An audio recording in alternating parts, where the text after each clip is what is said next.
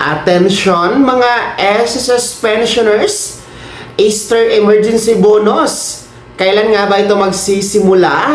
Ito ba ay totoo? Ang pinaka-latest update mula sa kamera, ating pag-uusapan mamaya-maya. Hello mga ka-vlogs! Welcome dito sa aking YouTube channel. Magandang araw po sa lahat ng mga manonood. Saan ba kayong dako sa mundo? Kumusta mga ka-vlogs?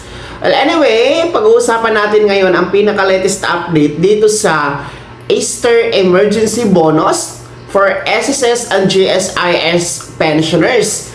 Ito nga ba'y ipapatupad na? At ito ba'y totoo talaga? So, ang latest update atin yang aalamin dahil marami ang nagtatanong.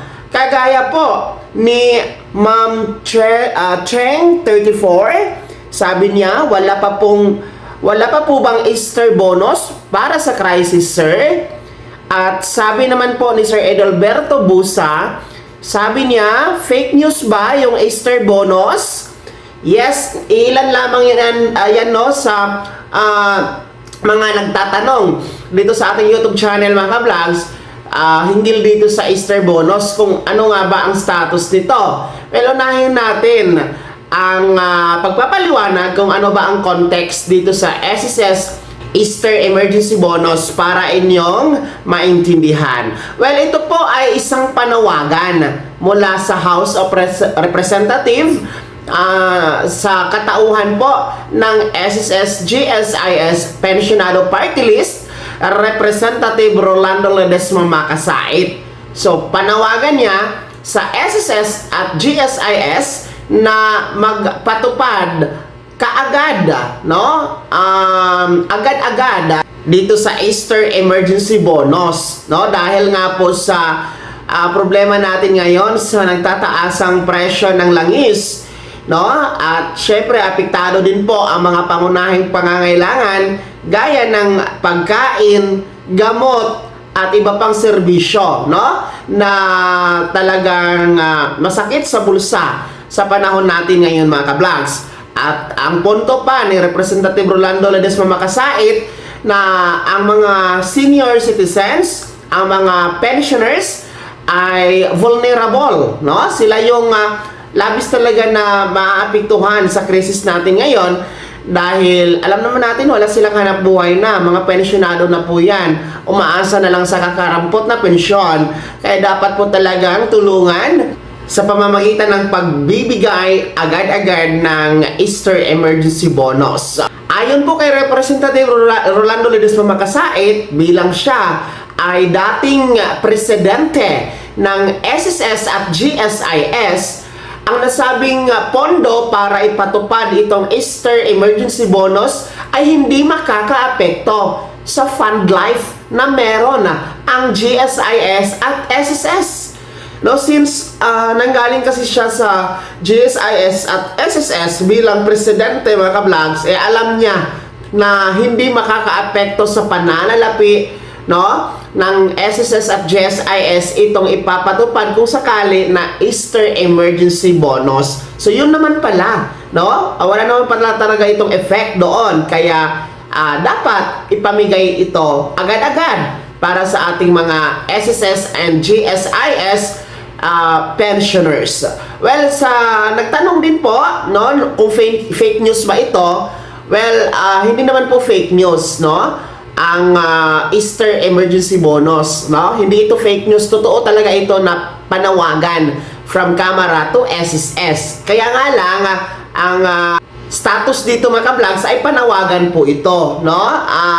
Hindi naman po ito House Bill, no? Kaya panawagan lang talaga ito na umaasa tayong dinggin ng SSS at ng GSIS para po sa ating mga pensyonado. Well, ang latest update niya as of today, April 13, 2026, ang SSS and GSIS Easter Emergency Bonus ay panawagan pa lamang po, no, diyan sa Kamara papuntang SSS, at sa ngayon hindi pa ito ipapatupad. Actually, nag-aantay pa tayo, no, sa tugon ng SSS, no? Chinek ko po yung updates ng SSS sa kanilang website and sa kanilang official Facebook page.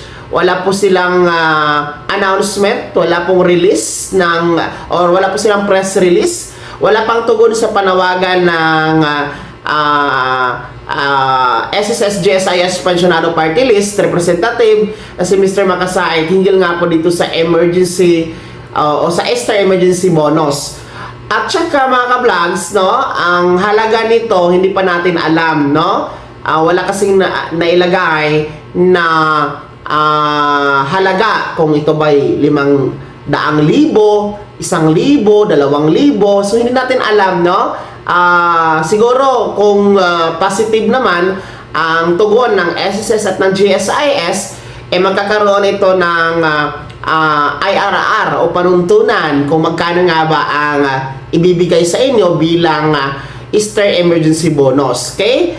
Dagdag pa ni Representative Rolando Ledesma Makasait, no, hindi na daw kailangan ng approval ng Kongreso, ng Senado at ng Malacanang itong ipapatupad na Easter emergency bonus, no? Pwede daw itong ipatupad agad-agad mga ka-vlogs. So yun naman pala, no? Hindi naman po talaga kailangan ng approval from Congress at ng Malacanang. Kaya nga po, hindi siya House Bill. Kasi kapag House Bill, kailangan po itong dadaan sa plenaryo, kailangan itong basahin dyan sa plenaryo, kailangan pagbutuhan kung papabor ang ating mga mambabatas dyan sa Kamara at Senado. So since hindi na nga talaga ito kailangang i-approve dyan sa Congress, sa Senate at Malacanang, panawagan talaga ang termino, no? Panawagan po ang magiging pamamaraan para po sa pagpapatupad ng Easter emergency bonus. So, yan din po ang ating panawagan sa SSS, no? Tayo ay nakiisa dito sa ating YouTube channel na ibigay nyo, no? Mismo dati ng presidente ng SSS at GSIS ang nagsabi na hindi kailangan o hindi makakaapekto sa pananalapi ng SSS at GSIS itong panawagang Easter emergency bonus. So, sana dinggin nyo at sana makita nyo din po ang pangangailangan ng ating mga pensyonado, no? Na siyang umaasa lang din po sa kanilang kakarampot na pensyon sa panahon ngayon na krisis ang ating ekonomiya. Kaya naman yan ang pinaka-latest update sa ating inaasahan na Easter emergency bonus. So mga pensionado ni GSIS at pensioners, ano po yung comment at reaction sa balitang ito?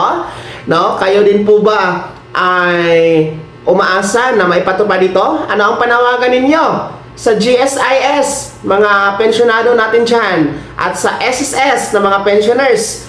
No? Panawagan ninyo. Ibahagi niyo po sa comment section na nasa baba, pakilakip ng buong pangalan at kung taga saan kayo. Kung bago ka pa lang sa aking channel o di ka pa nakasubscribe, i-click niyo muna ang subscribe button na nasa baba. Huwag kalimutan na pindutin ang notification bell, ilagay sa all para una kasi mga balitang i-upload ko. Maraming salamat po. God bless. Mag-ingat mga ka-vlogs.